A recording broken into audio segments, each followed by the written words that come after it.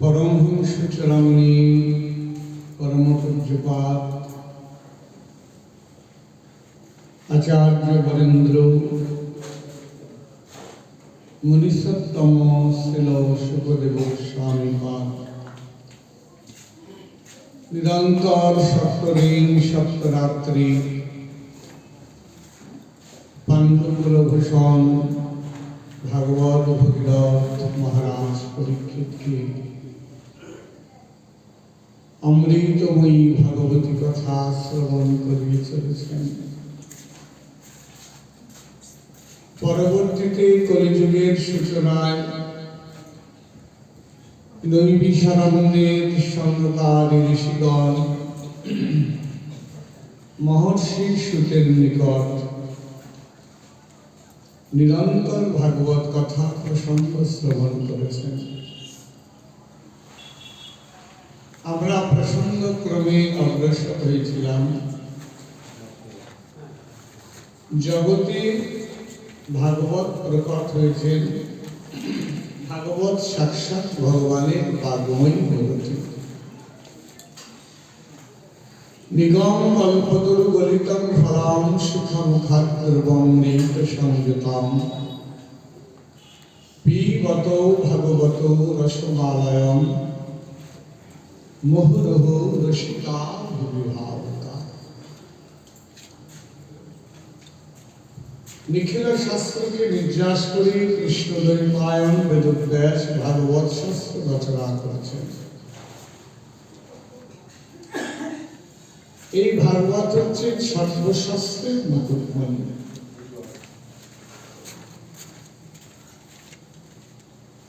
সুখদেব গোস্বামী হচ্ছেন বক্তা, পরীক্ষিত মহারাজ শ্রোতা। পরীক্ষিত মহারাজকে লক্ষ্য করে কেন্দ্র করে প্রতিটি ভাগবতের উপদেশ পরিহত জীব আমাদের জন্য করে গেলেন সূর্যদাস। আমরা ভাগবতের প্রারম্ভে আমরা শুনেছি জেনেছি যে মহারাজ পরীক্ষিত মৃগয়া করতে গিয়ে সৌমিক মুনির আশ্রমে গেলেন তৃষ্ণার্ত এবং পরিশ্রান্ত হয়ে। মুনির কাছে যখন জল চাইলেন মুনি ধ্যানস্থ ছিলেন। রাজার কোনো কথায় তিনি কর্ণপাত করলেন না। রাজার অভিমান হল। সাধক জীবনে ভক্ত জীবনে আমাদের সব থেকে বড় শত্রু হচ্ছে আমাদের অভিমান। এই অভিমানটা বাবা ত্যাগ করতে হবে। সাধকের আর কোন শত্রু নেই, একমাত্র অভিমান হচ্ছে সাধকের শত্রু। এই জন্য মহাপ্রভু বারবার বলেছেন নিরভিমান হওয়ার কথা। শরৎ দামোদর রঘুনাথ দাস গোস্বামী গম্ভীরাতে মহাপ্রভুকে প্রশ্ন করেছিলেন, প্রভু কিমতে লইলে নাম প্রেম উপজয়। তুমি তো নামের কথা বললে। মহাপ্রভু বললেন চৈতন্য চরিতামৃতের অন্তলীলার ২০ পরিচ্ছেদ। প্রভু বললেন হর্ষে প্রভু কহে শোনো স্বরূপ রাম রায়, কলৌ নাম সংকীর্তন জীবের পরম উপায়। এই কলিযুগের মানুষ কোনো সাধন ভজন করতে পারবে না। সাধন ভজন করতে গেলে যে যোগ্যতাটার প্রয়োজন সেই যোগ্যতাটা জীবের না। সাধন বা ভজন করতে গেলে যে যোগ্যতাটা, সেই যোগ্যতার প্রথম যোগ্যতাই হলো বাবা গুরু গোবিন্দকে আপন করে নিজের করে নিলাম। আমরা সেখানেই কোনো দুর্বল। আমরা স্ত্রী পুত্র পরিজন বন্ধু বান্ধব বিষয় বৈভবকে আপন করি, কিন্তু গোবিন্দকে আপন করতে পারি না। তুমি যে মন্দিরে যাও, যে তীর্থে যাও, যত তীর্থে যাচ্ছেন তীর্থযাত্রীরা, সে জগন্নাথ ধামেই যাক, বৃন্দাবন ধামেই যাক, শ্রীধাম নবদ্বীপেই যাক, বা গুরুপাঠে যে গুরুদেবের সেবিত বিগ্রহ থাকে সেখানে যাক, দেখবে সকলের একটাই বাসনা, একটাই আশা ভগবানের কাছে, শুধু চাইছে ঠাকুর আমাকে ভালো রাখো, আমার ছেলের মঙ্গল করো, আমার মেয়ের মঙ্গল করো, আমার রোগ ব্যাধি ভালো করো, আমার ব্যবসা বাণিজ্যের উন্নতি হোক, এগুলি আমরা চাই। কিন্তু একবার জগন্নাথের কাছে গিয়ে, বৃন্দাবনের রাধারমণের কাছে গিয়ে, গৌর গোবিন্দের কাছে গিয়ে আমরা দাঁড়িয়ে একবার বলতে পারি কি, রাধারমণ তুমি কেমন আছো, তুমি ভালো থাকো, তুমি ভালো থাকো, আমি ভালো থাকো, তুমি ভালো আছো তো, এই কথাটা বলতে পারি না। নিজের ভালোটাই শুধু চিন্তা। শ্রী গুরুদেবকে কি নিষ্কপটে নির্দ্বিধায় বলতে পারে, প্রভু তুমি ভালো আছো, তুমি ভালো থাকো, গুরুদেব তুমি ভালো থাকো, তুমি ভালো থাকলে আমি ভালো থাকবো।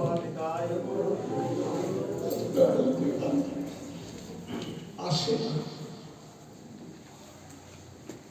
গোবিন্দ বলছেন, কৃষ্ণ তুমি আমার বলে কেউ যদি বলে, একবার মায়াবদ্ধ সংসার হইতে আমি তারে করিবা। শুধু একবার যদি বলতে পারে কৃষ্ণ তুমি আমার, এই আমার করে দেওয়া, তাকে আমার করে দেওয়া, যতক্ষণ তাকে আমার করে না নিতে পারছি। সনাতন প্রভু মহাপ্রভুকে জিজ্ঞাসা করেছিলেন যে প্রভু আমার হবে কবে, কবে আমার হবে সাধন ভজন কৃপালা, আমার কবে হবে প্রভু? প্রভু বললেন, সনাতন আমার যাবে যাবে, সেই দিন তোমার হবে। তোমার সেদিন হবে যেদিন আমার বোধটা আর আমি বোধটা চলে যাবে। যেখানে আমি, সেখানে যেদিন হবে প্রভু তুমি, যেখানে আমার, সেখানে হবে প্রভু শুধু তোমার। এই ভাবটা সাধক চিত্তে যেদিন আসবে, সেই দিন সাধক হয়ে যাবে। আর কিচ্ছু করতে হবে, আর কিচ্ছু আমার করে দাও, পারি না। আমাদের বড় অভিমান।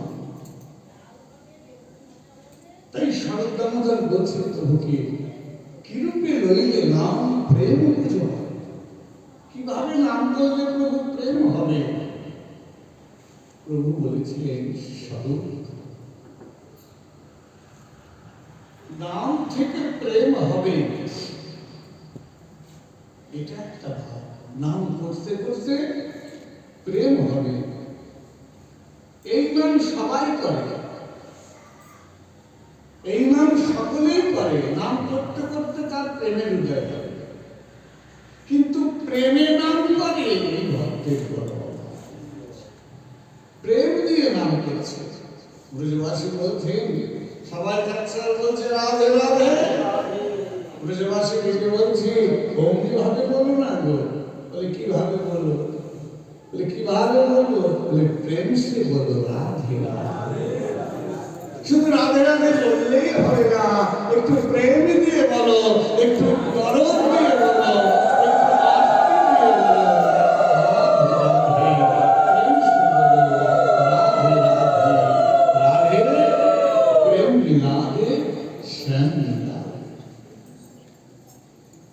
আর আগে তিনি প্রেম দেবেন, তারপরে তো স্বামী দেবেন।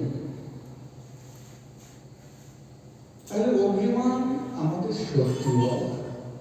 তাই বলছেন ত্রিনাদপি শুনিছেন অকরণীয় শোনা অননীন মানবেন কৃত্যবিয়ান্ত সদা। নিরভিমান চিত্তে নাম করো, তৃণ থেকে নিচু হও, বৃক্ষের মতো সহিষ্ণু হও, অনামিন মানবে না। মানি ব্যক্তিকে নাম মান তো সবাই দেয়, যারা জগতে মানি ব্যক্তি তাদেরকে তো মান সকলেই দেয়। যে অমানি, যাকে কেউ মান দেয় না, সম্মান করে না, তুমি তাকে মান দিতে শিখো। মহাপ্রভু বললেন একটি কুকুর, তাকেও মান দাও, তাকেও মান দাও। নবদ্বীপ সমাজ বাড়িতে, নবদ্বীপে গেছেন সমাজ বাড়ির সেবা সঙ্গের সামনে, ওই সমাজ বাড়ির যিনি প্রতিষ্ঠাতা ছিলেন তিনি হচ্ছেন রাধারমণ দেব, রামদাস বাবাজি মহারাজ। উনি নবদ্বীপে ওখানে ভজন করতেন। তিনি তো ভেগাশ্রিত ছিলেন, বেশাশ্রিত, ওই ভিক্ষাই ছিল তার জীবিকা। ওই ভিক্ষা করে যা পেতেন নিতাই গৌরীর ভোগ লাগিয়ে প্রসাদ খেতেন। একটি কুকুর ওই আশ্রম ছাড়ত, খুব পোষমানা কুকুর। রাধারমণ দেব তাকে ভক্তিমা বলে থাকতেন। বড় অনুগত ছিলেন। সন্ধ্যার সময় যখন আরতি হতো, ও মন্দিরের দরজায় এসে আরতি দর্শন করত। বৈষ্ণব সেবা হলে তারপরে প্রসাদ পেত। শ্রী একাদশীতে একাদশী করত। বাবাজি মশাই তাকে বলতো ভক্তিমা। খুব প্রেম ছিল ওই কুকুরটার সাথে। একদিন কুকুরটা প্রাপ্তি হয়ে গেল। তখন বাবাজি মশাইয়ের ইচ্ছে হলো একটু বৈষ্ণব সেবা করেন। তাই তিনি নবদ্বীপে যত কুকুর ছিল সব কুকুরকে গলবস্ত্র হয়ে একেবারে ষষ্ঠাঙ্গে প্রণাম করে নিমন্ত্রণ করেছেন, আমার ভক্তিময়ের উৎসব হবে, তোমরা যাবে প্রসাদ পাবে। নবদ্বীপের সমস্ত কুকুরকে তিনি নিমন্ত্রণ করলেন গলবস্ত্র হয়ে। এদিকে গঙ্গার ওপারে হচ্ছে শরৎগঞ্জ, নবদ্বীপের ওপারটায় শরৎগঞ্জ। ওইখান থেকে একটা কুকুর প্রতিদিন খেয়া চলে এপারে আসে। এখন আসে ওপারের কুকুর নৌকো করে এপারে চলে আসে, প্রসাদ খেয়ে খেয়ে বড় বড় মন্দিরে, আবার সন্ধ্যার আগে ওই নৌকোয় লাফ দিয়ে ওঠে, বসে থাকে, ওপারে গিয়ে আবার লাফ দিয়ে। তো একটা কুকুর প্রতিদিন আসতো, তাকেও বাবাজি মশাই নিমন্ত্রণ করছে, ধন্যবাদ। এবার নবদ্বীপের সকল বৈষ্ণবদের নিমন্ত্রণ করেছে। এবার বৈষ্ণবরা যখন শুনতে পারলেন যে কুকুরের বৈষ্ণব সেবা হবে, সবাই বাবাজি মশাইয়ের উপরে রাগ করলেন, অভিমান করেছে। এখন সকলে এসেছে, মহাপ্রভুর ভোগ হয়েছে, এখন তিনি পঙ্ক দিয়েছেন।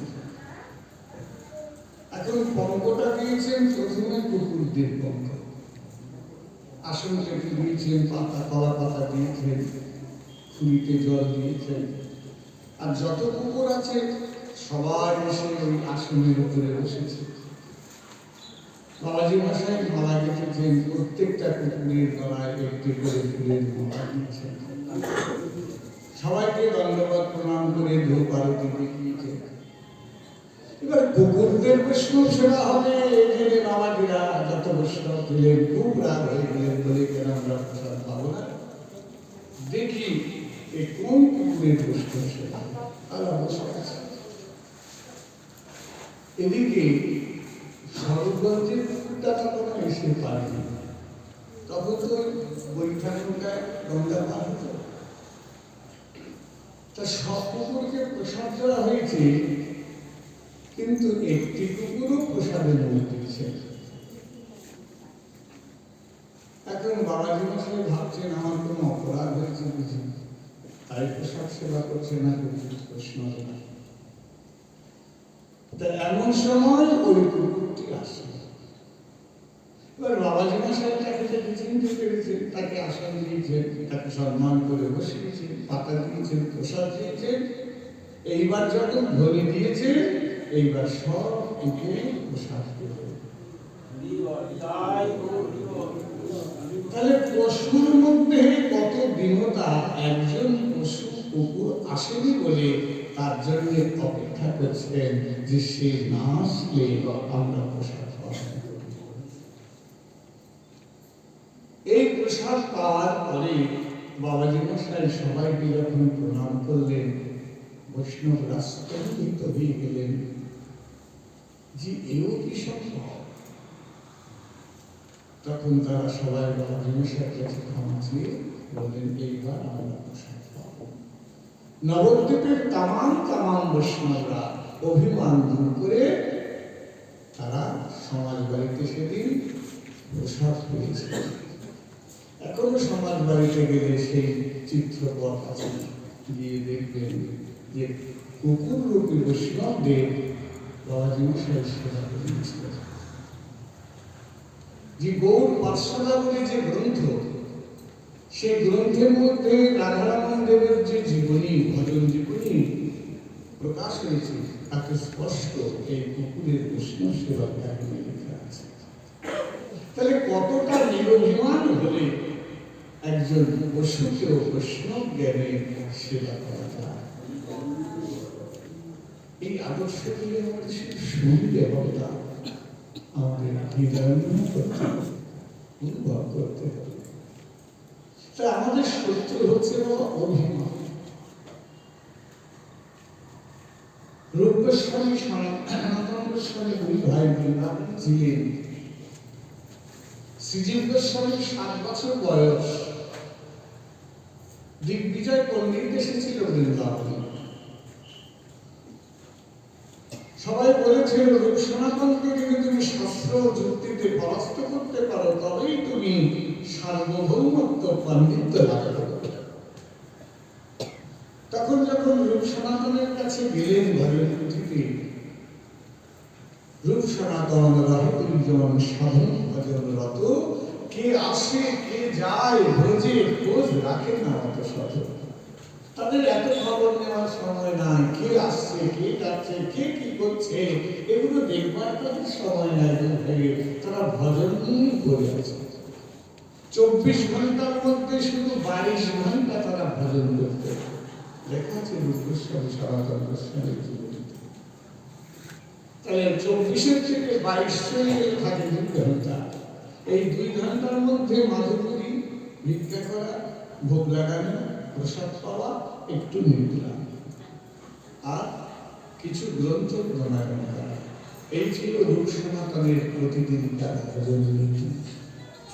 তাহলে 22টা ঘন্টা শুধু তারা দুভাই ভজনে কাটে। সেই রূপ গোস্বামী আর সনাতন গোস্বামী পণ্ডিতকে দেখে সমাদর করে বসিয়ে তার গলায় বিজয় মালা পরিয়ে দিয়ে বিজয় পত্র লিখে দিলেন যে আমরা আপনার প্রণাশ্রিত দাস, আপনি মহাপণ্ডিত ছিলেন। পণ্ডিতের আনন্দ ধরে না, ধ্বজা উড়িয়ে ঢঙ্কা বাজিয়ে তিনি চলছেন। শ্রীজীব গোস্বামীর 7 বছর বয়স, সবে যমুনা থেকে স্নান করে আসছে।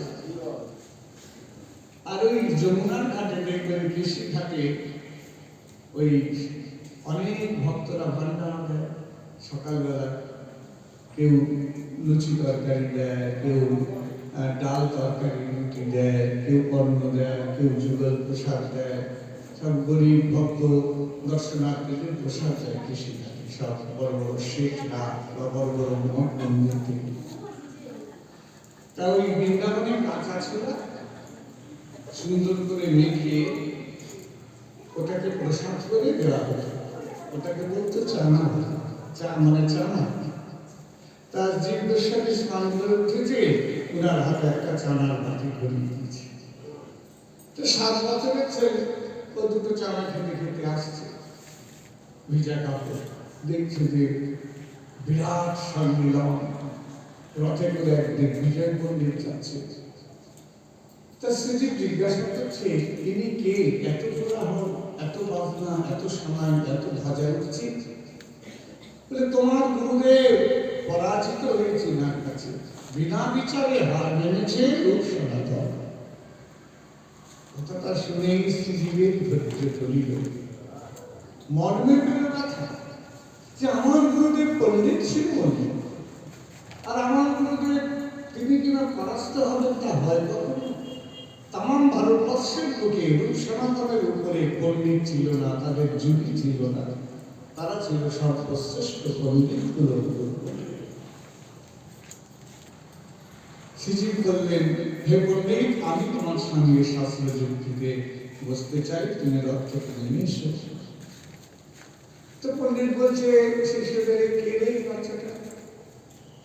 বলে রূপ সনাতনের রূপ গোস্বামীর শিষ্য। বলো রে বালো, কিশোরী কি তবু ক্ষুদ্র শাসকে বধে? একটা সিংহের যদি খিদা পায়, সেটা হরিমুনি খায়, সেগুলো ছোট্ট খরগোশ খায় কখনো? তুই সত্যি বল, তুই শাস্ত্র কি বুঝিস? শ্রীজীব তো ছাড়বার পাত্র নয়। পণ্ডিত, তোমাকে আমার সঙ্গে তর্কযুদ্ধ করতেই হবে শাস্ত্র যুদ্ধ। তখন পণ্ডিত বলছে, তোমার সঙ্গে কি শাস্ত্র বলবো বাবা? তুমি তো নিজেই কোনো আচার জানো না, কোনো নীতি জানো না, কোনো নিষ্ঠা নাই। তুমি ভালো, তোমার সাথে আমি কি কথা বলবো? বলে কেন? তুমি স্নান করেছো, সন্ধ্যা করলে না, আঙ্গিক করলে না, আর তুমি চানা খেতে খেতে যাচ্ছ, আবার আমার সঙ্গে তুমি শাস্ত্র যুক্তির লড়াই করবে? এই কথা বললি? বলে না। বলে আমার অসুখ লেগেছে। তো অসুখ লাগলে কেউ সন্ধ্যা করে নাকি? যদি কারো অসুখ লাগে না, তো তখন তো পুজো পাঠ সন্ধ্যা সম্বন্ধ থাকে। তা আমার অসুখ লেগেছে। বলে কি অসুখ লেগেছে? বলে দুটো অসুখ আমার একসাথে করেছে। বলে সেটা কিরকম? বলে একটা শুভ, একটা অশুভ। অসুখ হচ্ছে আমার দুই প্রকার, একটা শুভ অসুখ, একটা অশুভ অসুখ। যদি কোনো সন্তান জন্ম হয়, বংশে কোনো যদি সন্তান সন্ততির জন্ম হয়, তখন যে অসুখটা লাগে ওকে বলে শুভ অসুখ। আর যদি কারো মৃত্যু হয়, তাহলে হয় অশুভ অসুখ। বলছে আমার দুটোই লেগেছে অসুখ। বলে দুটো অসুখ লেগেছে তোমার? বলে কিরকম? শুনলে? বলে মায়ারূপী ভার্যা ছিল, তাহা মনে হলো। আমার একটা স্ত্রী ছিল, তার নাম মায়া। ওই মায়া ভার্যা মারা গেছে। মানে আমি আমার জীবন থেকে মায়াকে ত্যাগ করেছি। আমি এখন মায়া মুক্ত হয়ে রাধারানীর চরণে চলে গেছি। আমি আমার মায়া নেই, মায়া মারা গেছে, তাই অশুভ অসুখ। আর আনন্দ তনয় মোর ভগবতী তনয়া জন্মিলা। আমি যখন গুরুদেবের থেকে মন্ত্রাশ্রয় করেছি, গুরুদেবের কৃপায় আমার একটা আনন্দরূপ ছেলে হয়েছে, আর ভক্তিরূপ একটি কন্যা জন্মেছে। গুরুদেবের কৃপায় আমি তো জীবনে ধর্মানন্দ কি জিনিস জানতাম না। এই সাধু সঙ্গ কি আনন্দ জানতাম না, নাম সংকীর্তন কি আনন্দ জানতাম না, হরিকথায় কি আনন্দ এগুলো তো আমি বুঝতাম না। ওই গুরু কৃপার পরে, দীক্ষা নেওয়ার পরেই আনন্দ অনুভব করছি, গুরুদেব কৃপা করবার পরে। তাই এই যে আনন্দের পুত্র আমার জন্মেছে, আর গুরুদেবের কৃপায় আমার কৃষ্ণ ভক্তিরূপ একটি কন্যা, আনন্দ তনয় মন ভগতি তনয়া, ভক্তিরূপ তনয়া মেয়ে হয়েছে, আর আনন্দরূপ একটা পুত্র হয়েছে। তাই আমি কি সন্ধ্যা করব? পণ্ডিত স্তম্ভিত হয়ে দাঁড়িয়ে আছে, বলছে শোনো পণ্ডিত। তখন শ্রীজীব একটা শ্লোক বলছে, হৃদাকাশে চিদানন্দম মুদভাতি নিরন্তরম উদয়াস্ত ন পশ্যামি কিং সন্ধ্যানুপাস্যতে। ওগো পণ্ডিত, আমার হৃদয় আকাশে যে গুরু কৃপার চন্দ্র সূর্য উদয় হয়েছে, আমার গুরু কৃপায় যে কৃপা সূর্য উদয় হয়েছে, সেই কৃপা সূর্য উদয় হয় কিন্তু অস্ত যায় না। অস্ত গেলে তো সন্ধ্যা হয়, সূর্য অস্ত গেলে সন্ধ্যা হয়। তা আমার কৃপা সূর্য উদয় হতে যাবে, অস্ত যায়নি, দিবারাত্রি সমুদিত। কোন ভাগ্যবানের হৃদয়ে যদি গুরু কৃপা সূর্য উদয় হয়, সকলের হয় না। যদি কোন ভাগ্যবানের হৃদয় আকাশে গুরু কৃপা সূর্য উদয় হয় বাবা, সেই কৃপা সূর্য কখনো অস্ত যায় না। দিবারাত্রি সমুদিত, উদয় হলে সকাল হবে, অস্ত গেলে সন্ধ্যা হবে। আমার তো অস্ত যায় না, কিসের করব? এই চরম ভক্তি রসের জগতে যে অনুভবের জগতে 7 বছরের শ্রীজীব ডুবে গেছে, 80 বছরের পণ্ডিত তার কিনারাও পায় না। ধ্বজা গোটাই